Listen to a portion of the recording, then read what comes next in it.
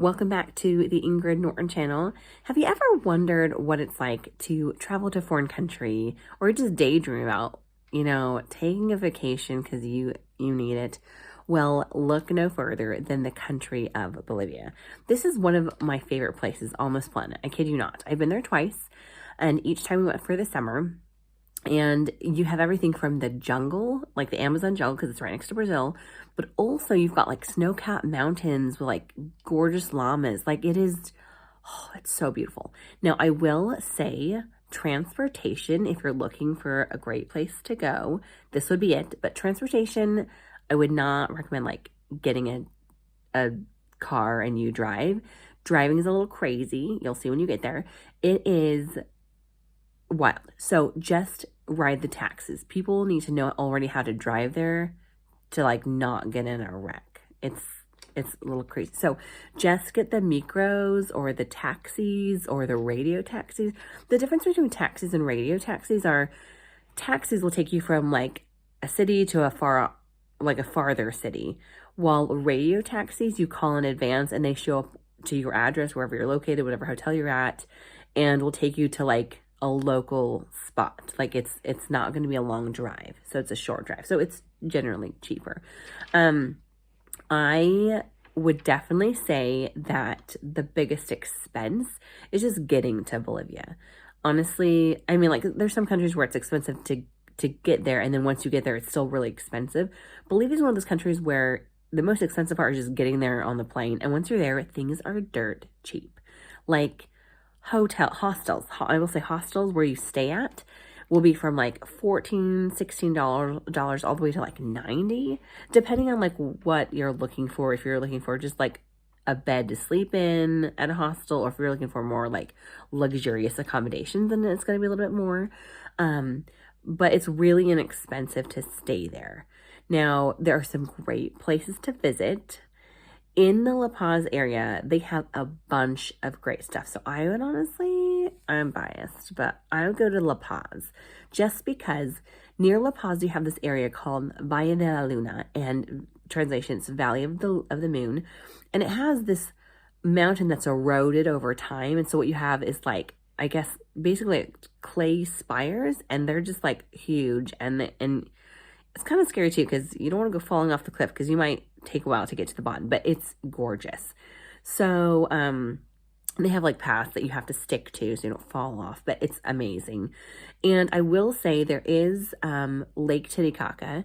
It is the highest navigable lake in the world. Definitely something to check out.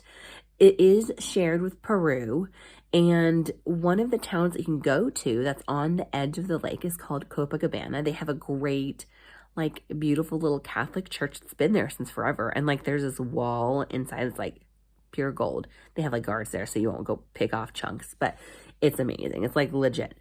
But they have this area where you can like pay to take like a motorboat on the lake, and it's just stunning. And there are these beautiful islands on the lake, and you'd want to go during summer just because it's really high up, where it's going to be colder. It's going to be, well, freezing if you're in the winter, but like go in the summer where it's like nice and beautiful. Now, summers, I will say weather there is like switched, the seasons.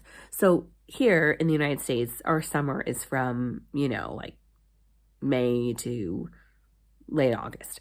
There, it's switched. So that's their winter. So it's going to be cold. So you're not going to want to go to Bolivia in our summertime if you're from the United States. You want to go from like the very last week of December to March, like right now. Like their summer's just ending right now in March. And as I film this, it's March 2023. Excuse me. I'm like getting over a cold. So that would be something to definitely check out. Lake Titicaca was amazing. I would definitely go there again and again and again. You'd get some great photos. Not like we care about posting photos on Facebook, but really, you'd want some good photos. Lake Titicaca is the place to go. There is a place called Tiwanaku. It is an old archaeological site that is stunning. They have some great structures there from this civilization that existed there 600 BC. So definitely some really cool pictures to check out there. And I would say there's a location that's not in the La Paz area, but it's where they have these salt flats, and it's a different area of Bolivia, but it's gorgeous. And actually, they did some filming there for one of the Star Wars films, and so you just have this endless view of just salt there, and it's like all white and it's so gorgeous. I wasn't able to make it out there on my last trip to Bolivia, but it's definitely one that I want to make next time I go. I have my little paper here with all my notes so I don't leave any juicy details out. Definitely the food, delicious. Eat fricassé when you're there. It's my favorite dish on the planet. Like I always ask my mom to make this for me on my birthday.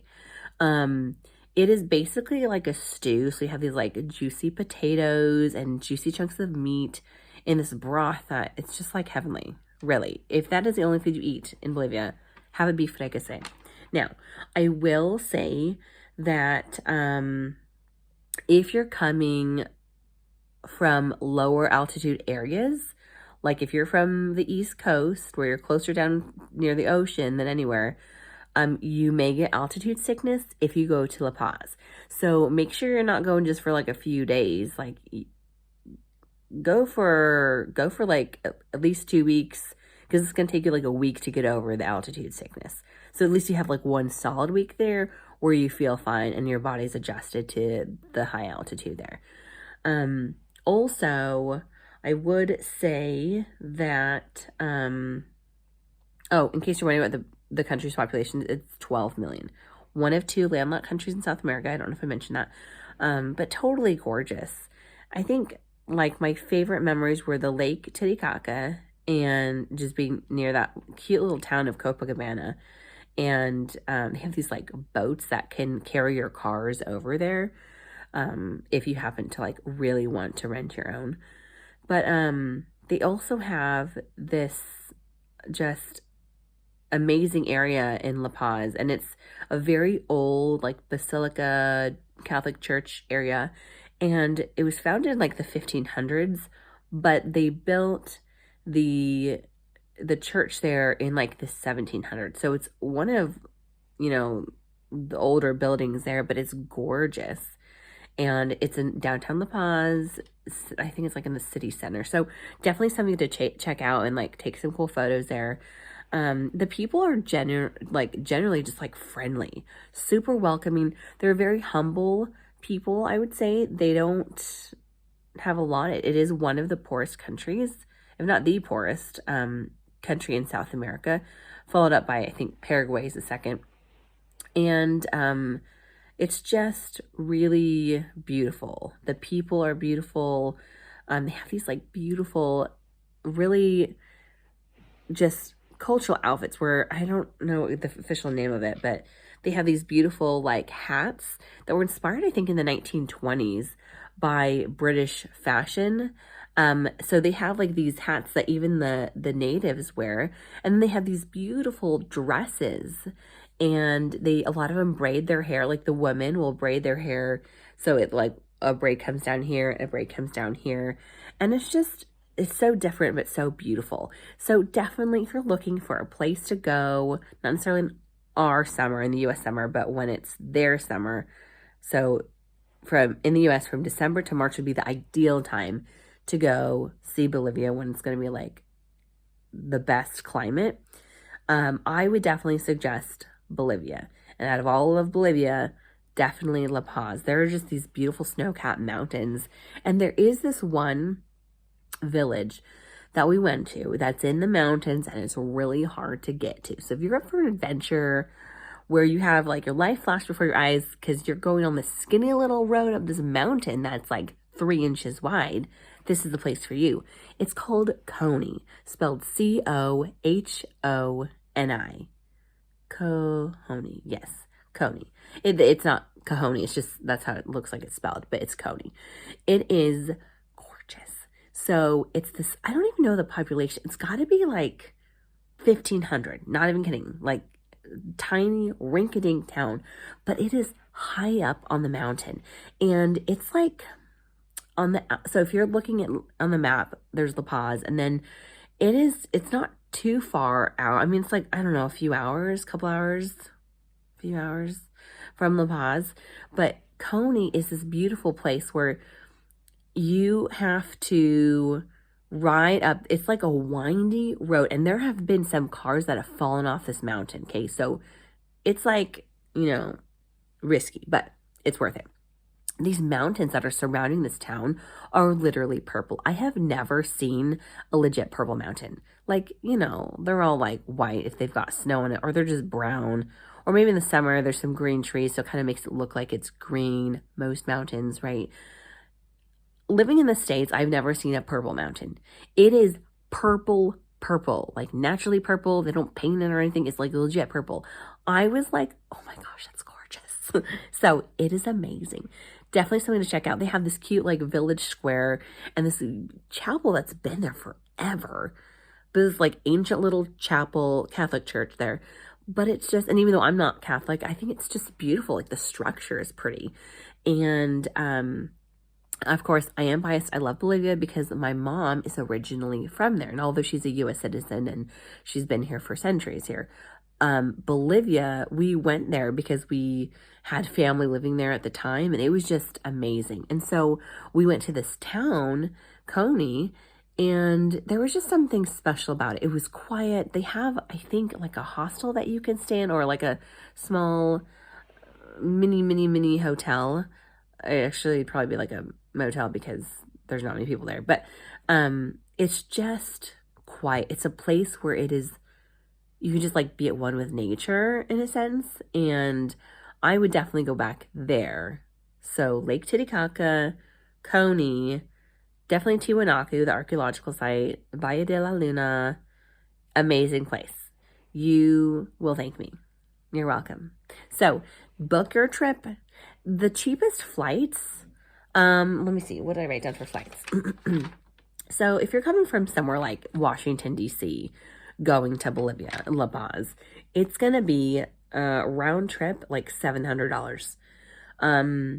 If you're coming from somewhere like St. Louis, which is like my home international airport, then it's going to be like $1,300. So it just varies like where you're at in the United States going to Bolivia.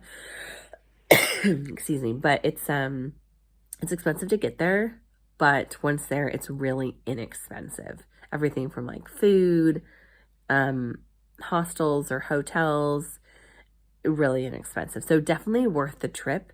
A lot of times when you think of South America, you think of Peru, you think of Argentina, you think of Brazil.